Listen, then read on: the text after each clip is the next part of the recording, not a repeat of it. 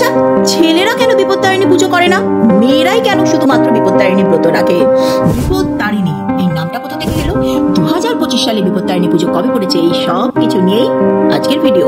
পৌরাণিক কাহিনী বলছেন, দেবাদিদেব মহাদেব দেবী পার্বতীকে কালী বলে উপহার করেছিলেন। দেবী এতে ক্রুদ্ধ হয়েছিলেন এবং দেবী পার্বতী তপস্যা বলে নিজের কৃষ্ণবর্ণ রূপ পরিত্যাগ করেছিলেন এবং দেবী পার্বতীর থেকে সেই মুহূর্তে মা বিপত্তারিণী সংকটনাশিনীর জন্ম হয়েছিল। তার শক্তি পরমা প্রকৃতি মা দুর্গাই বিপদ এবং সংকট থেকে আমাদের রক্ষা করেন বলে তিনি বিপত্তারিণী। 28শে জুন শনিবার প্রথম বিপত্তারিণী পুজো এবং 1 জুলাই মঙ্গলবার দ্বিতীয় বিপত্তারিণী পুজো। মনোবাঞ্ছা পূর্ণ হবে মহামায়া স্মরণে, ডাকিলে দয়া পাবে জেনব সকলে। পুণ্য তোমারই থেকে যাবে, পাপের বিনাশ হবে, দুঃখ মা হরণ করে শান্তিতে ভরিয়ে দেবে।